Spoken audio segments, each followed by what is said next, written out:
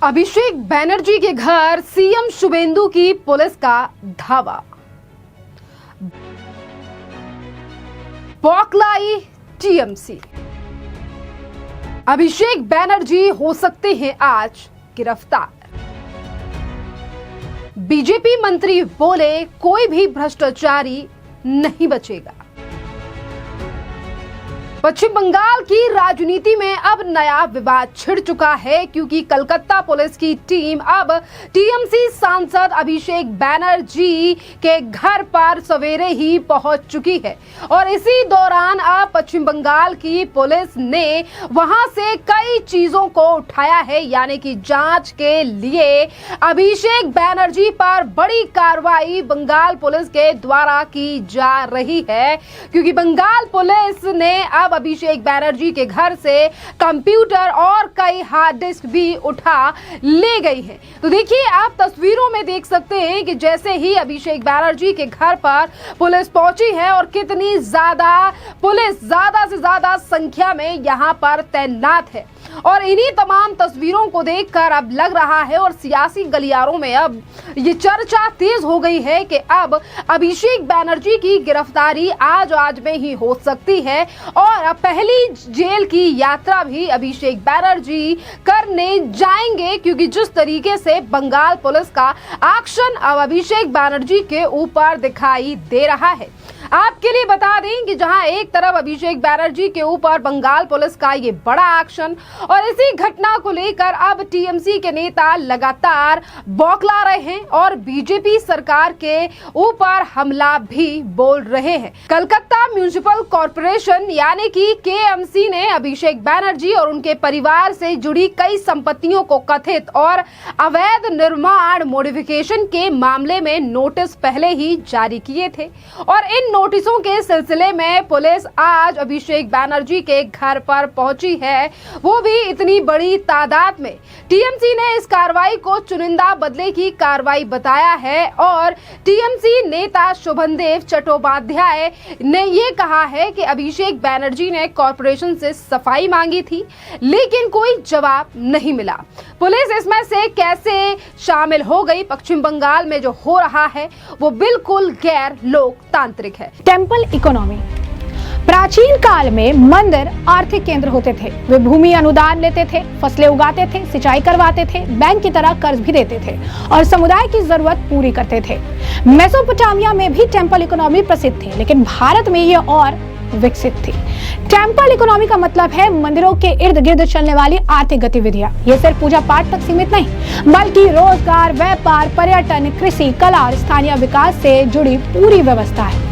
योगी सरकार के नेतृत्व में उत्तर प्रदेश जैसे राज्यों में टेम्पल इकोनॉमी मॉडल को बढ़ावा दिया जा रहा है। अयोध्या में राम मंदिर के बाद अर्थव्यवस्था में भारी उछाल आया है।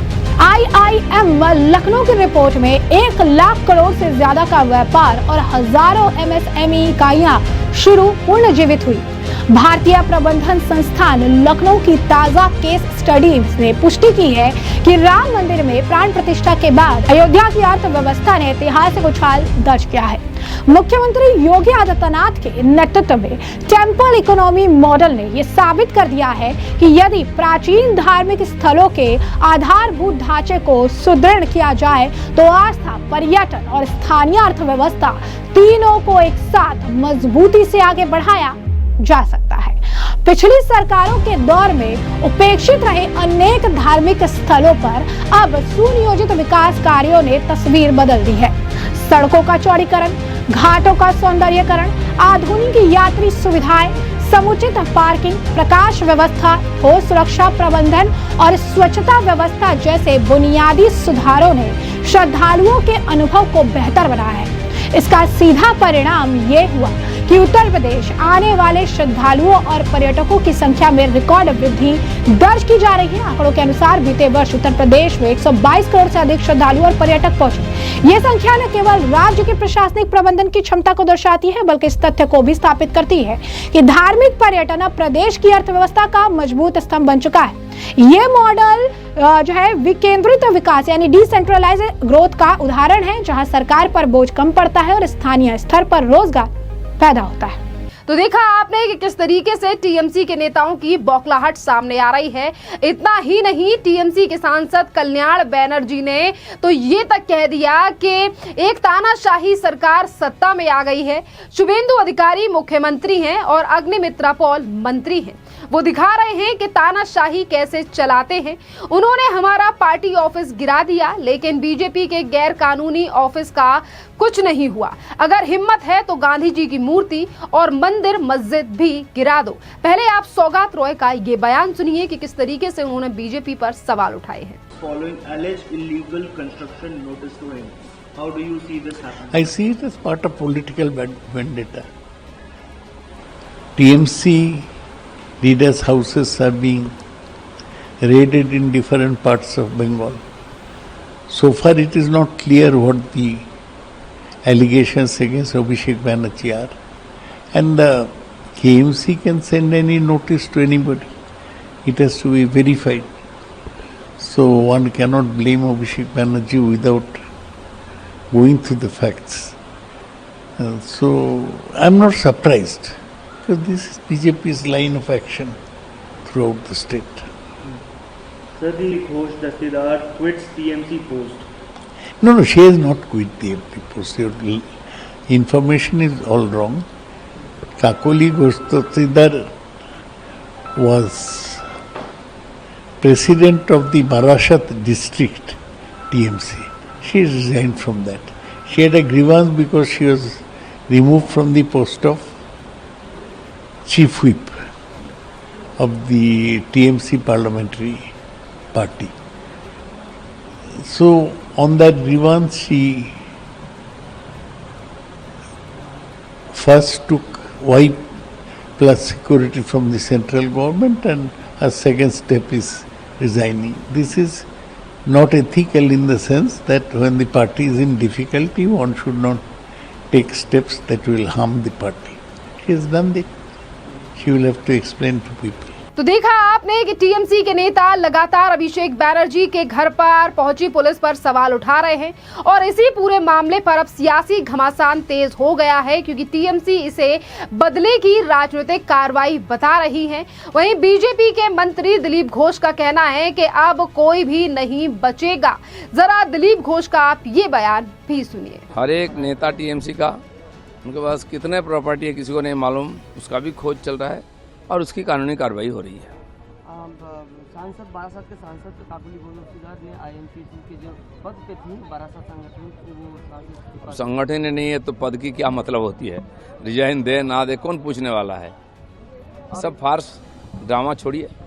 और तृणमूल रह के मीटिंग कर रही, कभी काउंसिलर के साथ, कभी जीते हुए विधायक, लेकिन जिसको मीटिंग करना है वो तो आ ही नहीं रहे मीटिंग में, तो ये सब का क्या मतलब है? जब करना था, जब उनके ऊपर बागडोर बांधना था, नहीं कर पाए ममता बनर्जी। आप बुला रहे हैं तो कोई नहीं आ रहा है, उल्टा उनको गाली दे रहे हैं।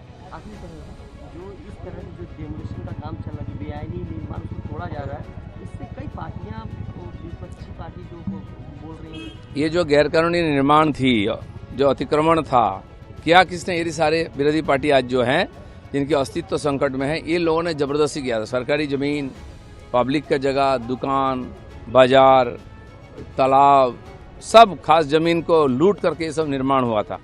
उसका तो डिमोलिश होना ही है। अब तकलीफ तो होता ही है, उससे जो लाभ लिया वो भी निकाला जाएगा, कानूनी व्यवस्था होगी। इसी के साथ साथ आपके लिए बता दें कि बीजेपी के नेता लगातार आज अभिषेक बनर्जी के ऊपर हुई कार्रवाई पर ये कह रहे हैं कि आज जो भी हुआ है वो सही है। अभिषेक बनर्जी को पहले ही नोटिस का जवाब देना चाहिए था। जरा ये बयान सुनिए आप बीजेपी के एमएलए सजल घोष का। ये जवाब देना उसका हक में बनता है। अब जवाब में अगर उसको टाइम दिया जाएगा कि नहीं दिया जाएगा, वो सरकार का डिसीजन है, उसमें हम नहीं बोल सकते। लेकिन बात ये है, आज नहीं तो कल नहीं तो परसों, और कल और परसों के अंदर ही ऐसा बेआईनी जो भी इंस्टॉलेशन है, जो भी निर्माण है, उसको तोड़ना चाहिए, उसको तोड़ा जाएगा। जब से सरकार बदली है, टीएमसी की तरफ से पूरी जो है टूटने के कगार पे है। टीएमसी काउंसिलर रिजाइन दे रहे हैं, रिजाइन नहीं दे रहे, भागने का कोशिश में है। वो भागना चाहते हैं, अपना जान बचाना चाहते हैं। अरे खुद को फांसी लगा के मर जा रहा है। अब देखा कितना गलत काम नहीं करता तो कोई ऐसा करता है। कल एमपी जो है काबुली वो भी रिजाइन कर दी अपने प्रेसिडेंट पोस्ट से। प्रेसिडेंट पोस्ट से रिजाइन करके क्या होगा? तृणमूल भी नहीं छोड़ा और अभी तक एमपी पोस्ट भी नहीं छोड़ा। वो आईपैक को दोष दे रही है, पूरा सारा टिकट छोड़ रही है। अभी ऐसा चलेगा, अभी ऐसा चलेगा। अगर जीतता तो आईपैक माई की जय होता, अगर हार गया तो आईपैक दूर हटो, उसमें फायदा नहीं है, उसमें पब्लिक का मन बिगड़ने वाला नहीं है। तो इस कार्रवाई पर सीएम शुभेंदु की तारीफ तो कर रही है बीजेपी, वहीं दूसरी तरफ सोशल मीडिया पर जो तस्वीरें आ रही हैं उस पर भी कहा जा रहा है कि अब तक बंगाल को जिन जिन पार्टियों ने लूटा था, जिन जिन नेताओं ने लूटा था, खास तौर पर टीएमसी, अब उन सब का हिसाब एक एक कर हो रहा है। और इसीलिए बंगाल पुलिस यानी कि सीएम शुभेंदु अधिकारी की पुलिस के द्वारा ये बड़ा एक्शन लिया जा रहा है। जो तमाम चीजें आज अभिषेक बैनर्जी के घर से उठाई गई हैं उनमें तमाम चीजों को तराशेगी पुलिस और उसके बाद अभिषेक बैनर्जी की और भी ज्यादा मुश्किलें खड़ी हो सकती हैं कि कैसे अभिषेक बैनर्जी अभी तक तो धमकियां दे रहे थे बंगाल की पुलिस को, अब कभी चुनाव आयोग को धमकियां दे रहे थे, तो अभी तक जो पश्चिम बंगाल में ममता बनर्जी की सरकार थी तो अभिषेक बैनर्जी ने हमेशा एजेंसियों के द्वारा की जा रही जांच पर सवाल उठाए थे और जांच भी नहीं होने दी थी, क्योंकि पहले भी कई ऐसे मामले रहे जिनमें अभिषेक बैनर्जी का नाम आया, पर टीएमसी ने हमेशा उन आरोपों को ये कहकर खारिज कर दिया कि बंगाल की सरकार को दिल्ली में बैठी बीजेपी की सरकार गिराना चाहती है, हमारी सरकार के पीछे पड़ गई है। इस तरीके के आरोप लगाए जाते थे ममता बनर्जी और उनकी पार्टी के नेताओं के द्वारा। पूर्वांचल से पश्चिमी उत्तर प्रदेश तक तेजी से फैल रहा मल्टी मॉडल लॉजिस्टिक्स नेटवर्क राज्य की आर्थिक ताकत का एक नया पिलर बनकर उभर रहा है। मुख्यमंत्री योगी आदित्यनाथ के नेतृत्व में expressway, dedicated front corridor, multi modal logistic hub, airport और वेयर हाउसिंग इंफ्रास्ट्रक्चर का एक बड़ा नेटवर्क बनाया जा रहा है, जिससे उत्तर प्रदेश देश के सबसे तेजी से बढ़ते लॉजिस्टिक और कनेक्टिविटी हब में से एक बन गया है। यही एक खास वजह है कि राज्य को मशहूर लीड्स 2025 रिपोर्ट में एग्जाम्पलर कैटेगरी में रखा गया था और रिपोर्ट के मुताबिक उत्तर प्रदेश ने इंफ्रास्ट्रक्चर, लॉजिस्टिक सर्विस, रेगुलेटरी माहौल और डिजिटल सिस्टम जैसे खास पैरामीटर पर नेशनल एवरेज और दूसरे लैंडलॉक्ड राज्यों से बेहतर परफॉर्म किया है। सड़क, रेलवे, एयरपोर्ट, टर्मिनल इंफ्रास्ट्रक्चर और फर्स्ट और लास्ट माइल कनेक्टिविटी में सुधार ने राज्य को इन्वेस्टमेंट और इंडस्ट्रियल ग्रोथ के लिए एक नए सेंटर में बदल दिया है।